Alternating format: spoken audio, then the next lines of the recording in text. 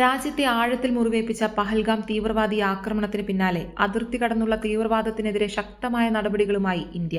26 പേരുടെ ജീവനെടുത്ത ഭീകരാക്രമണത്തിൽ പങ്കുണ്ടെന്ന് സംശയിക്കുന്ന 5 ഭീകരരുടെ വീടുകളാണ് കേന്ദ്രത്തിന്റെ അനുമതിയോടെ കശ്മീർ ഭരണകൂടം ഇതുവരെ തകർത്തത്. ഭീകരാക്രമണത്തിൽ പാകിസ്ഥാന്റെ പരോക്ഷമായ പങ്ക് ഇന്ത്യ ആരോപിച്ചിരുന്നു. പാകിസ്ഥാൻ കേന്ദ്രമായി പ്രവർത്തിക്കുന്ന ലഷ്കർ-ഇ-തൊയ്ബയുമായി ബന്ധമുള്ളവരാണ് ആക്രമണം നടത്തിയത്.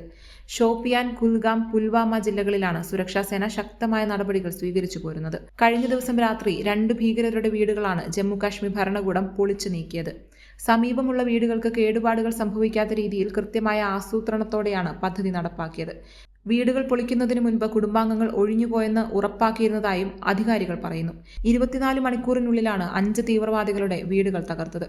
പ്രാദേശിക ഭീകരതയും അതിർത്തി കടന്ന് ഇന്ത്യയിൽ ഭീകരതയെ പിന്തുണയ്ക്കുന്നതും ഒഴിവാക്കുക എന്ന ലക്ഷ്യത്തോടെയാണ് നടപടി. ജെയ്ഷ്-ഇ-മുഹമ്മദ് ഭീകരൻ അഹ്സാൻ ഉൽ ഹഖ്, ലഷ്കർ-ഇ-തൊയ്ബ ഭീകരൻ ഹാരിസ് അഹമ്മദ് എന്നിവരുടെ വീടുകളാണ് ആദ്യം നശിപ്പിച്ചത്. അതിനു പിന്നാലെയാണ് 3 ഭീകരരുടെ വീടുകൾ കൂടി തകർത്തത്. പുൽവാമയിലെ അഹ്സാൻ ഷെയ്ഖ്, ഷോപ്പിയാനിലെ LET കമാൻഡർ ഷാഹിദ് അഹമ്മദ് കുട്ടെ, കുൽഗാമിലെ സാഹിദ് അഹമ്മദ് എന്നിവരുടെ വീടുകളും സ്ഫോടനത്തിലൂടെ തകർത്തു. ഷോപ്പിയാനിലെ ചോട്ടിപ്പോറ ഗ്രാമത്തിലാണ് LET കമാൻഡർ ഷാഹിദ് അഹമ്മദ് കുട്ടയുടെ വീട് സ്ഥിതി ചെയ്യുന്നത്. കഴിഞ്ഞ 4 വർഷത്തോളമായി ഷാഹിദ് അഹമ്മദ് ഭീകരവാദ പ്രവർത്തനങ്ങളിൽ സജീവമാണ്.